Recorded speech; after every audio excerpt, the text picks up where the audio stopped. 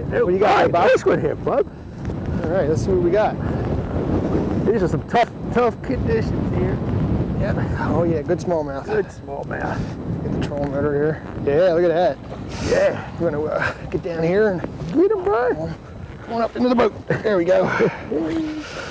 I certainly love when a plan comes together. Hey, I'm Bob Murray, Fairview Lake, Brian Clark, jig spoon fishing. Stay tuned. It's going to be a good one.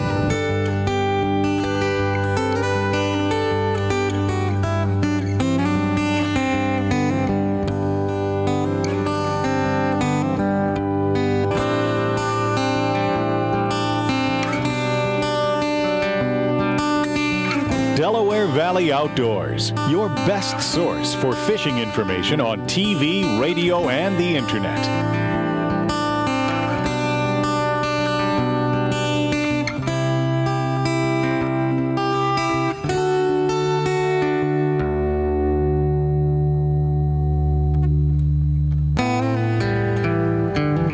We're sitting pretty far off your buoy marker. Now, a lot of guys would just kind of use that as a focal point or be right on it, but you don't really, you just need that as a visual reference, right? Yeah, I just need to know where that hump is at. What we got here is a really big, flat, hard bottom. We're on a natural lake. In the cold weather, the smallmouths on a natural lake won't go into a deep water hole necessarily and get all schooled up. I think what happens up here is these smallmouths will actually swim around in little packs, 5 or 6 fish, on a deep flat like this. They'll be spread out all over the place. So you really can't sit on them and pound them the way you would on a reservoir or on a creek channel bend in a river. These fish are pretty well scattered all over the place. And so we're just going to basically move around to find the fish where the packs are. Yeah. And I know one of the most important things that you mentioned though is your depth finder there to find what your depths are, right?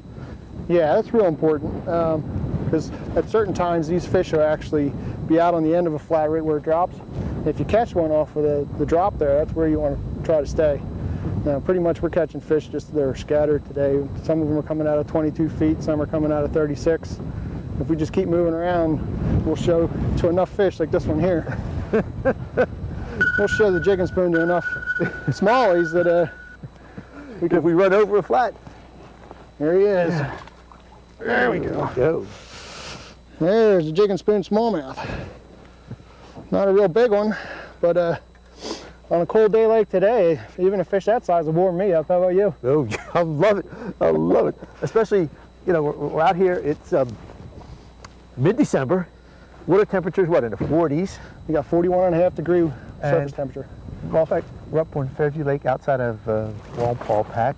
Brian Clark with us, a writer and a BASS participant this year and in the future. Brian just called up and he said, Bobby, come on up. I got some jigging spoon fish and you got to try it. And I said, I'm coming up. So that's what they look like, and that's actually a small one. That's a small one. I know. We're going to catch bigger ones. We're going to catch some better ones. There's some 4.5 pounders swimming around here that were biting last Saturday. Let's find them. That's it. Between deer season and smallmouth, what can go better? Yeah, I mean, a lot of people think you're crazy. You're out here, it's 35 degrees, calling for 20-mile-an-hour winds later, you know, and they might think we're crazy. They might be right. Yeah, but you know what? All I have to know is that the smallmouths are biting, and that's all the reason I need to come out on a day like that. That's it. I came up here, I said, I've got the call, let's go. Yep. All right, give me another one here, let's go. All righty. Straight to the bottom, that's what I like to do.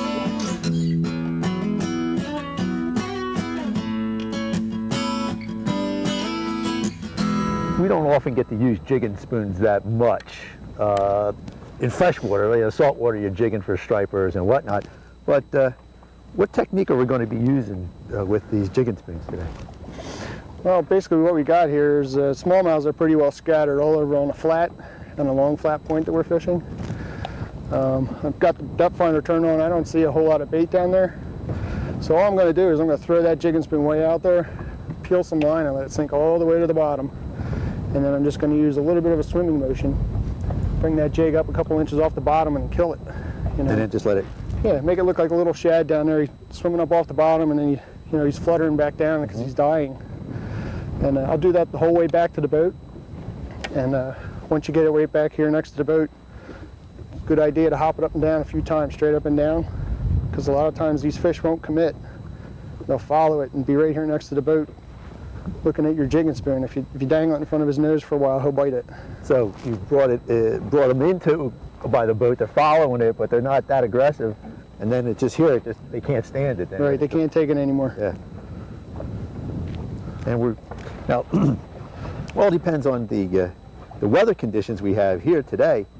Of course, it's a little windy, but a little windy, or breezy, as you say. Half-ounce spoons, probably. Yeah, we're using a half-ounce today. If it was a little more windy, I think I'd upgrade to a 3/4 ounce just to keep the bait down there on the bottom. If it gets really windy, I'll switch over to a tail spinner, a little bait called a back flash. That's actually a little hunk of lead. It's 3/4 ounce with a spinner on the back of it. That bait stays down on the bottom a lot better in in strong wind. All we're doing though is just this little motion here. Swim it up and then kill it and let it fall. Swim it up, kill it and let it fall. A lot of times they'll really cream it, so you better be holding on real tight. And other times they'll suck it in on the way down. And when you go to move it again, you'll feel them down there. I'm keeping an eye on my marker out there. Drop my marker out there on a hump that is a real small hump, actually. Steep on 3 sides. The side we're on has a slow tapering point that comes out here, and this time of year the smallies will be out here on the end of this point. And jigging spoon is really the way to go. And when we're mentioning this time of year, it's basically mid-December. Yeah, it's deer season. Yeah, it's December, but the fish will congregate on these humps at this time, right? Yeah. Actually, right on the hump will be the largemouths. They'll actually stack on a hump like that. Smallmouths are a little different. They'll, I don't believe they get into giant schools unless there's a lot of food in an area. I think they get into little packs. There'll be 5 or 6 together. And that's important to know too, because if you feel a fish on your jigging spoon and you set the hook and he gets away right away, drop that jigging spoon right back down there. Because there's another fish right with him, and he may hit the jigging spoon after the other fish spits it out. Another important thing to remember about when you're fishing with a jigging spoon, Bob, these fish are fattening up for the winter time, so they should be feeding very seriously. A lot of times you'll feel a bass down there, he'll just be pecking at your jigging spoon, not really being serious, not committing to the bait. And a lot of times if you just stop doing that short little retrieve, raise your rod way up here and make it look like it's getting away from him, that'll make him serious. That'll trigger it, yeah. If it starts shooting up. Yeah, if it looks like it's getting away or another bass might be able to get it, he'll come and get it. Line size, does it really matter in this situation? What's the run of the... Actually, I prefer a 10 or 12 pound line. Oh, there he was. I prefer a 10 or 12 pound test. Heavier lines, especially in a windy day like today, will get a big bow on them. They have a lot of wind resistance. And what'll happen is, snagged on the bottom? Yeah. What'll happen is the wind will get your line and your bait will just plane off the bottom. It'll never get down to the bottom. Yeah, so it just pendulums out. Yeah, and a really light line, they just stretch too much. You know, your bait will stay down there on the bottom, but smallmouths have a really, really powerful mouth. And you got to use a line heavy enough to move the bait while it's in their mouth in order to set the hook. And I'll show you real quick. We lose a lot of fish on jigging spoons, especially with smallmouths, because they'll come along and they'll bite right in the middle, right there. And when you set the hook, you actually get the hook on the outside of their mouth. The outside of their mouth is a lot harder than the inside of their mouth. Yeah. So you get a lot of fish that come off. You get a lot of fish come off on a jigging spoon too, just because this weight here, it flops back and forth in their mouth. It's all the leverage they need to shake that hook. Yeah. So you got to be careful, especially when you get them up here alongside the boat. Not to play him on the side of the boat too much. When you get him here, get him right in the boat, because the more his head's out of the water, the more liable he is to throw your bait. What we got here, Bob, is we moved off of the point on the hump there. We moved that onto the flat. The flat's actually about 38 feet deep, and there's a little bit of cover down there in the form of rocks, and these smallies will be out there cruising that flat just looking for food. And that's what we're trying to catch right now, is those deep fish. I got one! Yeah, now he's not fighting too good. He's still a good smallmouth. But this one's got a way down in his mouth too. There we go. He's a fighter, that one. Come on up here. There we are. That's what we like to see when we're out here in the freezing cold throwing a jigging spoon. Right. Again, we moved off our hump and we're out on a flat, and the fish was caught out of what? Like I see 32 feet of water. Is that about right? Yeah, that fish was probably in about 32 feet. What happened is, you know, we fished that point on the hump. I'll put him back quick. And last week, water temperature was 44 on top, and the fish were on that hump. Notice this morning it's 41 and a half. We got a front coming in. We're supposed to get a lot of snow tomorrow. So those fish, apparently they pulled off, and they're out here on the end of the flat right where it drops into some deeper water. And basically we're just moving around on this flat, and we just went down into that hole, and they're just sitting there. Yep. We caught a few off the top of the flat, but it seems like the longer we stay out here where it drops into the deeper water, the better we're doing. Yeah, because I've had a couple of hits, and that's one thing, Brian mentioned that a lot of times you might lose that fish because of how deep it is. Yeah, well, it's pretty deep water here, and you know, smallmouths have a mouth like a vice, and when they're that far away, you really got to be able to move the bait in their mouth to set the hook on them, and you're going to lose some fish once in a while. You're not going to get a good hook set. Yeah, well, like you said, that it's fluttering up and then fluttering down, and he might just slide off. Just slap at it or whatever. Yeah. But what happens is they're swimming around in little packs. There's 5 or 6 of them together, and if you lose a fish and you let the jig fall back down to the bottom, you're liable to catch the fish that was right next to him. All right, let's go get another one. Yeah, man. See on the depth finder there, we got 36.8 feet, 37. I saw a real good fish sitting there right at the bottom of the drop-off. And technically speaking, that's what smallmouths will do when they feel a front coming on. They'll come off of that flat and they'll drop right to the bottom to the next flat. So that's where we need to start concentrating, a little bit deeper water. What do you got? I don't know. One of them big smallmouths? No, I think he's a good sized one. Oh yeah. Yeah, let's see what he looks like. Boy, it is so hard. Boy, that is a good smallmouth. That is good. Oh. Well, you can just, you know, like you said, it just feels mushy. Yep. When you bring it up. I don't know how mushy was the right word, but yeah, this one's going to fight back. Brian, you mentioned, look at this fish. You mentioned before the color of these fish. Talk a little bit about how. Yeah, it's pretty dramatic, the color of these fish. Isn't that something? You know, normally you would think a fish coming out of deep water would be almost white. Yeah. But the water here is so cold and so clean. I think that that they don't get that bland color. Yeah, they don't shallow out like. Yeah. Yep. You'll see a river fish like this. It won't be this color till springtime. Right. Yeah. Right. Yeah. Well, that's a nice fish. Yep. That little weight there. Woo, good. I love when how deep were we? 30. We're 36 feet right here. 36 feet. There's fish on the bottom too. Oh, there you go, Brad. That's a nice one. Yeah, he's way out there. Get him out of here. I'll get this. Get this boat turned around. Everything happens all at once. Everything happens at once. There he is. Yeah. Come on up. I want you to meet Bob Murray. Come on up here. Come on up. Don't throw my spoon. There we are. There we are. Come on. Quit flopping around. Nice fishy. Nice fishy. Here, come on. All right. All right. I think I'm going to need my pliers. Maybe I won't. I don't know.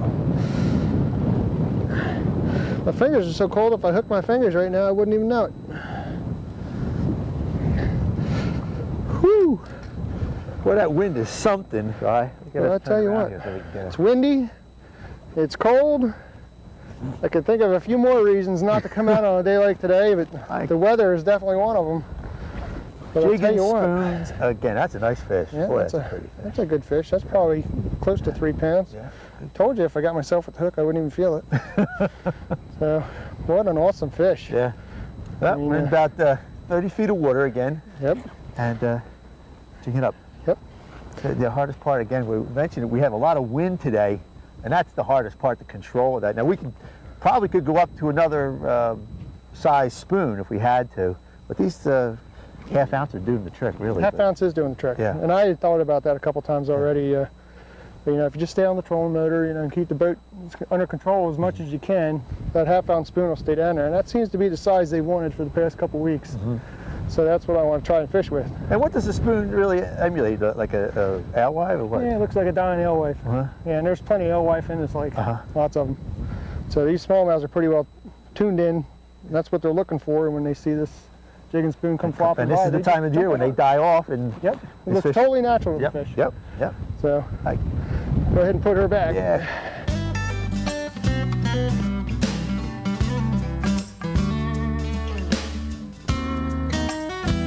I got one. Look how far he's out. It's amazing, Brian, when you think about it. We just passed here, but yet how far they take that line. Yeah, I don't even know if this is a smallmouth. Got a little largemouth. There we go. Come on up here. Sorry, I'm getting you in this cold air, but you bit my jigging spoon, and if you'd left it alone, I might have caught a smallmouth. But there's a little largemouth. Yeah, look how dramatic his colors are too, though. And that was out of what, 20-some feet of water too, right? From 30. 37 feet. Yep. So let me turn this around here a little bit. Get the sun out of our eyes so we can look at the colors. I mean, he's dark green. Look at him. Yeah, he's like almost a summertime fish. Yeah, almost like a summertime fish that was in the grass. Yeah. You know, and dark black stripe, black tail. You'd never imagine fish of that kind of color would come out of 35 feet of water, but it sure did, didn't it? Yeah. Go ahead and put him back. That's a pretty, this is pretty water though. Yeah. All right, a multi-species day, Brian. Yeah. Now where's that pike? Yeah, Brian, well, we got a couple of seconds here. This lake has, we know, some good smallmouth in it, but you also said that this is a public lake. Anybody can get on. It's not a private lake. That's right. And they stock trout, and what else? What's all in here? They stock it with trout a couple times a year. Of course, in the spring, they stock, and they stocked it pretty heavy right around the 1st of November this year. That was interesting. There were trout swimming all around here. There was nobody here catching them. So they're being eaten by something, maybe? I don't know. I've heard that there's some pretty good hybrid stripers in here. I know one guy who caught a big pike and another guy who says there's muskies in here. So some of those bigger fish are eating good because not many guys are coming here to fish for the trout, not in the fall anyway. And you know, part of the reason might be because the ramp here is the only public access. There's no shoreline access anywhere. And the ramp really is sketchy. It's shallow gravel ramp. You've got to back your truck out pretty far into the water with a boat this size. The lake really lends itself more to car toppers and canoes and that type of thing. There's unlimited horsepower, Which you is, got, yeah, you got to know where you're going here because there's shoals and humps and all kinds of stuff you could crash into here. You know, well, on that point, Brian, you're guiding up here in the Walpack area and around here. Tell us a little bit how it's like coming up here and guiding and stuff. Well, I'll tell you first thing, there's not a whole lot of money in guiding. But what kind of lifestyle is that? I mean, you get to fish all the time. Had one guy ask me to take him hunting this fall, and we had a good time doing that. Boy, no place else I'd rather be to guide than on Lake Walpack. That's a great lake, and you get a day like today where it's real windy, you just drive right over here to Fairview and catch some fish here if you have to. Now, your guide service, you have all the information up on our website, am I correct? You have all that up, or it's going to be put up? That's going to be put up as soon as we get all the advertising together. So if they're interested, they can contact me right through the Clark Report. If they just contact me via the email, just put it in the subject heading, guiding service, and I'll get back to them. If they want to leave a phone number, or they have an idea what time of year they want to come up, I'll put them right in the book, and we can go from there. Okay. Go to our website, DelawareValleyOutdoors.com. Go down to the Clark Report. Yep. I think his picture's still up there. I'm not sure. Sure is. And contact Brian to come up here. That's to be something where somebody wants to come up here in December and do some of the. Actually, you had in November too. There's some jigging spoons fishing. I think you'll like it.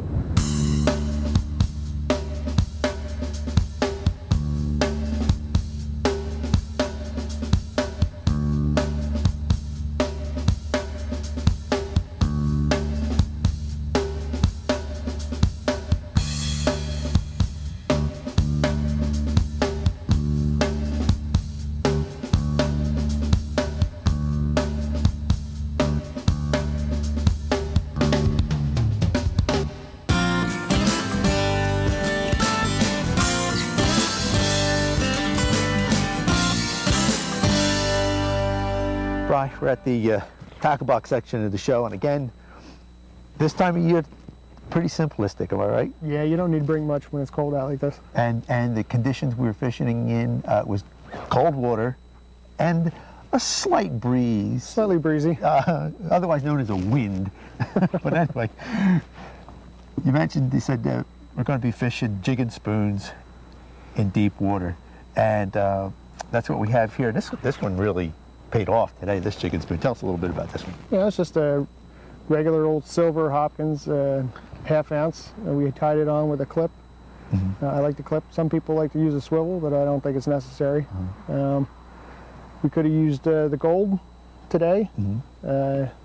Well, this bait actually, though, mimics the bait fish that the smallmouth and the largemouth are feeding on, right? Oh, exactly. Looks exactly like a little alewife. Yeah, and at this time of year, the fish are dying off, and the big fish are feeding up on them. So this thing just looked like the bait that they were. Yeah, that's exactly what they were looking for. I mean, they're programmed to pick up, the dying shad at this time of year, and if you throw something out there that looks like a dying shad, you're pretty much going to get a bite. And what this does, it really does, when you talk about fluttering, it just lift it up and let that bait just kind of flutter down, and it does just swim it up almost like a feather and let it fall like a feather.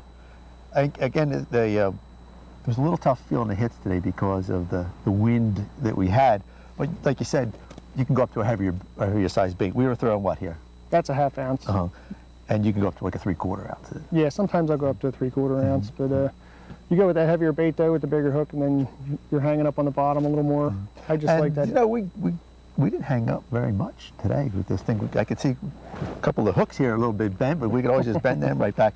Again, you mentioned the gold color. Now, what conditions would we want to use the gold in? I like that a little bit earlier and later in the day, and it works real good in cloudy conditions. We had some clouds roll through today, well, pretty much blow clean through today with the way the wind was.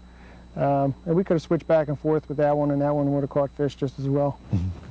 And then, the bait that we could have used also was the hair jig. Now, you mentioned the water temperature wasn't even cold enough for a hair jig, am I right? No, I can't see the point in trying a hair jig really until it gets a lot colder. Because they're really a slow finesse bait, and I'd rather throw a slab of metal out there and bounce it around all over the place and catch fish just as well with the jigging spoon as you could have with the hair jig. But then you'll wait till the water temperature gets down into the high 30s? High 30s, yeah, and then maybe the jigging spoon bite won't be as well, and you can switch over to the hair jig. Of course, the way the wind was blowing today, you couldn't have fished that hair jig. No, we couldn't have fished this. But color-wise, what colors do you like? I like crayfish colors. That's that one you're holding there. That's a little perch-colored bait. Pretty neat with little stripes in it. Yep. Anytime you come up here in a natural lake in the Poconos, you want to have something perch colored. I like the blacks and the browns. Anything crawfish colored work well with a hair jig. And you also fish these baits in the springtime too, right? Throw them a lot in the spring. Right. Again, on light line too, right? You're not throwing with real heavy line. There's no way you can fish that on heavy line. No. That's like I said, that's a finesse presentation.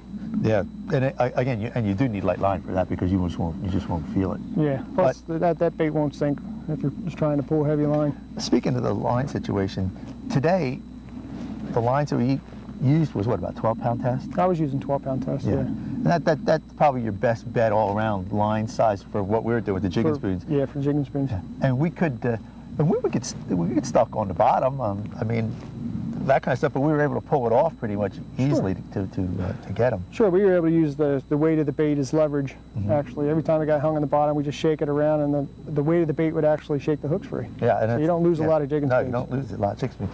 Hey, Brian, this is a pretty interesting bait that we talked about today. Tell us about it. That's called a back flash, and that's a tail spinner. Now, if we had been fishing in much windier conditions, we wouldn't have had any choice but to throw that bait. That bait stays down on the bottom. The wind puts a bow in your line. It'll pick a jigging spoon up and plane it off the bottom. With this bait, that won't happen. And this just goes straight down. Now, one of the interesting things, that the line goes actually through the bait and then is hooked onto the treble hook. Now, what does that allow you to do? Well, again, with the weight of these baits, that's a 3/4 ounce, and if the hook was actually attached to the bait, when you get that smallmouth up to the boat and he shakes his head, he could shake that bait out of his mouth very easily just by using the weight of the bait as leverage.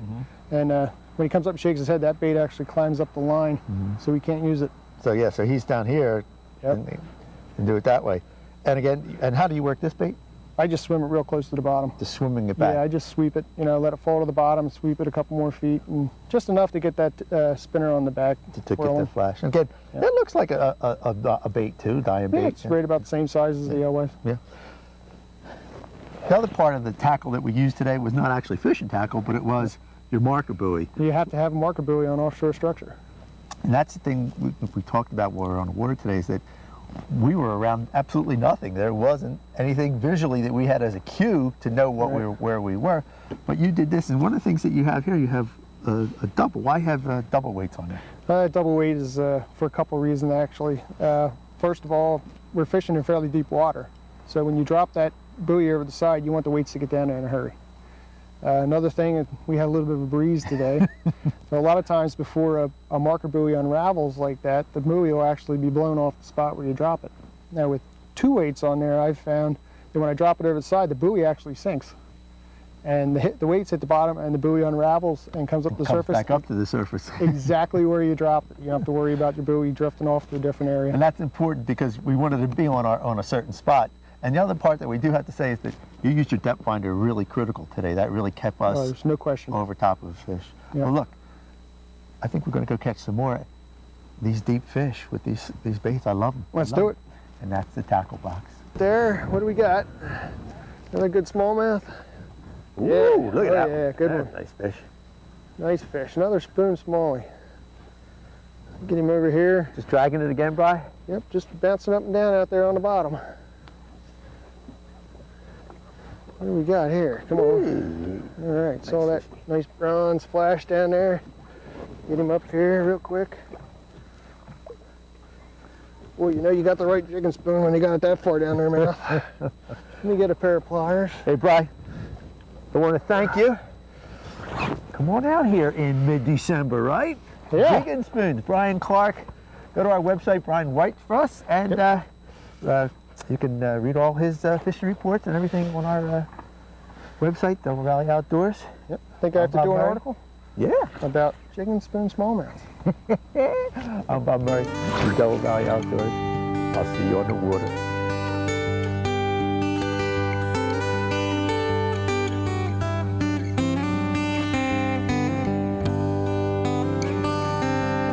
Rockfish? Going hard? It's gonna make me get my hands wet today. Better be a fish. Big rock. Laying around here. Land that thing. Just doing my job. Did you want to keep this too?